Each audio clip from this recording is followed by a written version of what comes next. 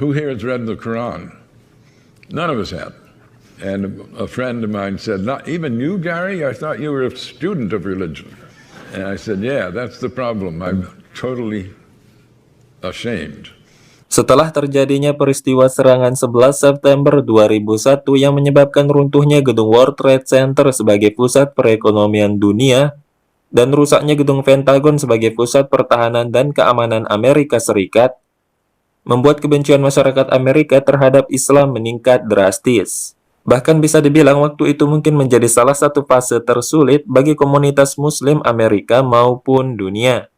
Bagaimana tidak? Setelah kejadian itu, Islam seringkali dikaitkan dengan isu terorisme dan radikalisme. Setelah peristiwa itu juga, Amerika secara terang-terangan datang menginvasi negara-negara di Timur Tengah yang mayoritas penduduknya adalah Muslim dengan dalih memberantas terorisme. Negara-negara seperti Irak dan Afghanistan dibuat luluh lantah oleh mereka. Kekayaan alamnya dikeruk habis-habisan dan ratusan ribu penduduknya yang Muslim meregang nyawa.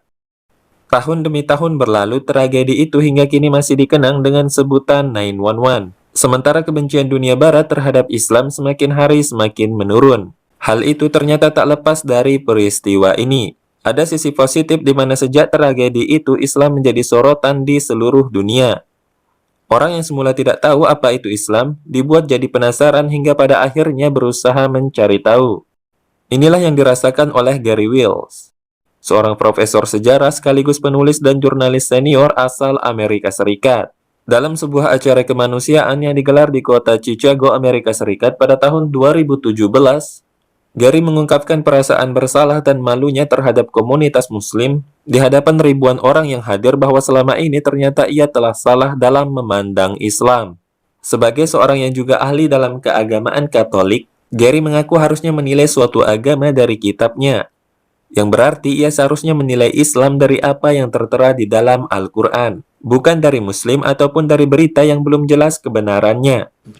After 9/11, I was talking with a group of friends, academic friends, and we were wondering, is this really an Islamic event, the 9/11 attack? And at some point, people asked, well, who here has read the Quran? None of us had. And a friend of mine said, not even you, Gary? I thought you were a student of religion. And I said, yeah, that's the problem. I'm totally ashamed. And so I went and have been trying to repair that stupidity ever since. But I've tried in a lot of venues to ask how many people have read the Quran. Dare I do it now? How many have read the Quran?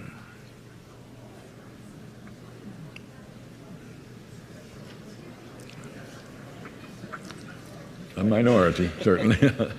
Well, I don't want to shame you, but I do.